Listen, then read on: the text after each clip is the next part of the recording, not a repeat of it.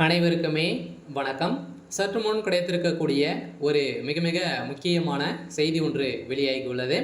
சற்று முன் சபரீசனை அடித்து இழுத்துச் சென்ற டெல்லி போலீஸ், அதிர்ச்சியில் முதல்வர் ஸ்டாலின், இது மாதிரி பார்த்தீங்கன்னா செய்திகள் வெளியே இருக்கு.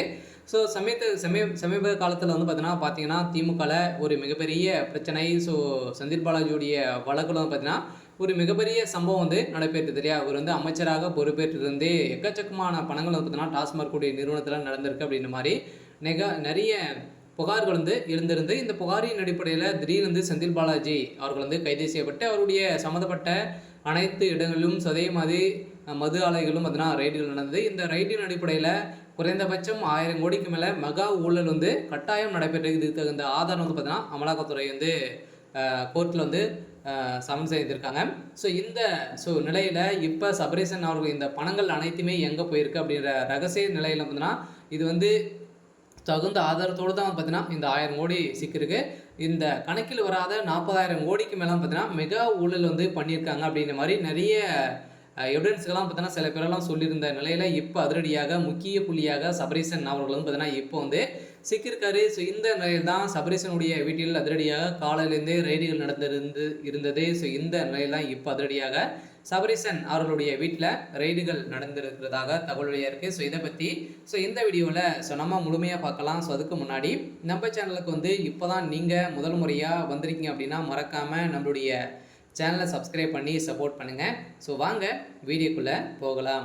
ஸோ பார்த்தீங்கன்னா ஏற்கனவே சபரீசன் அவர்கள் அனைவருக்கும் தெரியும், ஒரு பெரிய திமுகவுடைய பெரிய பினாமியாக திமுகவுடைய அனைத்து கோடிக்கணக்கான சொத்துக்களை பார்த்தீங்கன்னா அனுபவித்து அதே மாதிரி பாதுகாத்துட்டு வர ஒரே ஆள் சபரீசன் அவர்கள் பார்த்தீங்கன்னா முதல்வர் ஸ்டாலினுடைய மகளான திருமணம் செய்திருக்க அவருடைய மருமனாக தான் பார்த்தீங்கன்னா சபரீசன் அவர்கள் இருக்காரு.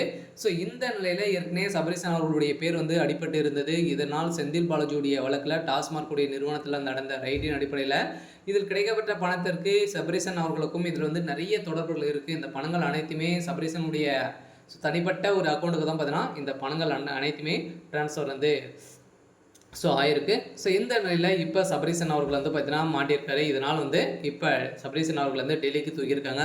திமுகவுடைய கதி ஒட்டுமொத்த கதையும் முடிய போகுது. பார்த்தீங்கன்னா தமிழகத்தில் ஆளுநருடைய ஆட்சி வரப்போகுது அப்படிங்கிற மாதிரி அஃபீஷியலாகவே தகவல் வெளியாகி வந்திருக்கக்கூடிய நிலையில் தான் இப்போ சபரீசன் அவர்கள் சிக்கியிருக்காரு. அடுத்தடுத்து முதல்வர் ஸ்டாலின் அவர்களும் பார்த்தீங்கன்னா சிக்க போகிறாரு.